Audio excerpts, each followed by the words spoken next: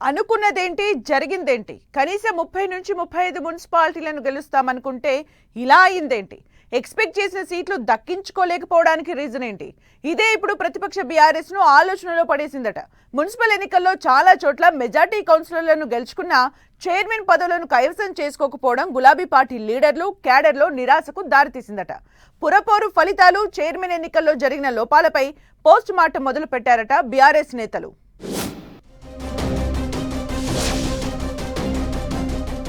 municipal ఎన్నికలపై BRS post mortem కనీసం 30 మున్సిపాలిటీలను గెలుస్తామనుకున్న BRS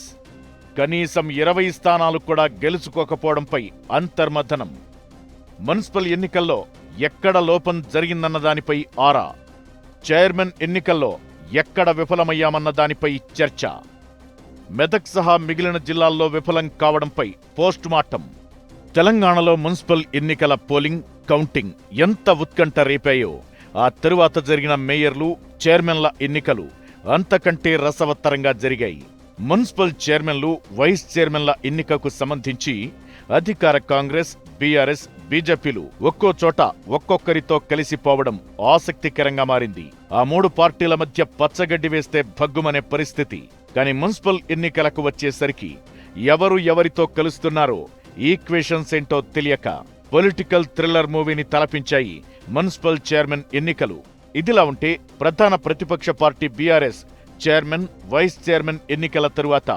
మరింత నిరాశ చెందిందట మున్సిపల్ ఎన్నికల నుంచి మొదలు చైర్మన్ల ఎన్నిక వరకు బీఆర్ఎస్ అంచనాలు తలకిందులయ్యాయన్న చర్చ జరుగుతోంది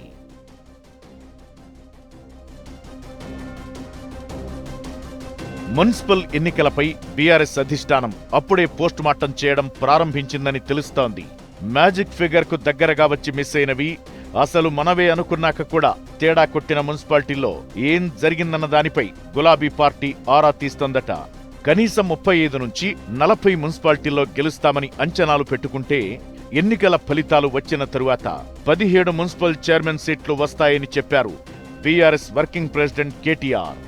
వాటితో పాటు హంగు వచ్చిన 36 మున్సిపాలిటీల్లో కనీసం 10 నుంచి 12 మున్సిపాలిటీలను దక్కించుకుంటామని ధీమా వ్యక్తం చేశారు కట్ చేస్తే చైర్మన్ల ఎన్నిక తరువాత బీఆర్ఎస్ అంచనాలు తారుమారయ్యాయి పూర్తి మెజారిటీ వచ్చిన మున్సిపాలిటీల్లో కూడా చైర్మన్ వైస్ చైర్మన్ పోస్టులను సొంతం చేసుకోలేకపోయింది గులాబీ పార్టీ హంగు వచ్చిన చోట లెక్కలు తప్పాయి ఆమన్గల్ అమరచింత మున్సిపాలిటీలు కన్ఫామ్ గా తమకు వస్తాయని బీఆర్ఎస్ హోప్స్ పెట్టుకుంటే కాంగ్రెస్ తమ అకౌంట్లో వేసుకుంది ఇక తమకు రాదు అనుకున్న రాయికల్ మున్సిపాలిటీలో కారు గేర్ మార్చగలిగింది హంగు వచ్చిన చోట ఒక్కటి అరా తప్పితే మెజారిటీ స్థానాలను బీఆర్ఎస్ కోల్పోయింది కనీసం 10 హంగు మున్సిపాలిటీలు తమ అకౌంట్లో పడతాయని అంచనా వేసినా చివరికి ఆ అంచనాలు తప్పిపోయాయి కొన్ని మున్సిపాలిటీల్లో బీఆర్ఎస్కే ఎక్కువ మంది కౌన్సిలర్లు ఉన్నా చైర్మన్ సీట్లు మాత్రం దక్కించుకోలేకపోయింది జనగామ తొర్రూరు జహీరాబాద్ మున్సిపాలిటీలపై బీఆర్ఎస్ పెట్టుకున్న హోప్స్ అన్నీ ఫెయిల్ అయ్యాయి తొర్రూరు జనగామలో టాస్లోనూ కాంగ్రెస్ నే అదృష్టం వరించింది అటు వేములవాడ లాంటి చోట బీఆర్ఎస్ నుంచి గెలిచిన కౌన్సిలర్ కు కాంగ్రెస్ కండువా కప్పి వైస్ చైర్మన్ గా చేసుకోవడం చర్చనీయాంశంగా మారింది ఇలాంటి చిత్తశుద్ధి లేని జంపు జిలానీలకు టికెట్ ఇవ్వాల్సింది కాదనే అభిప్రాయాలు వ్యక్తమవుతున్నాయి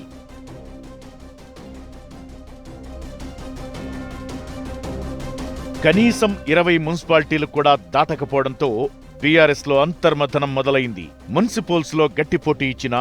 చైర్మన్ ఎన్నికల్లో పైచేయి సాధించలేకపోయామని గులాబీ పార్టీలో చర్చ నడుస్తోంది తెలంగాణలో ప్రభుత్వ వ్యతిరేకత తీవ్రస్థాయిలో ఉందని అది తమకు కలిసి వస్తుందని ఎన్ని అంచనాలు వేసినా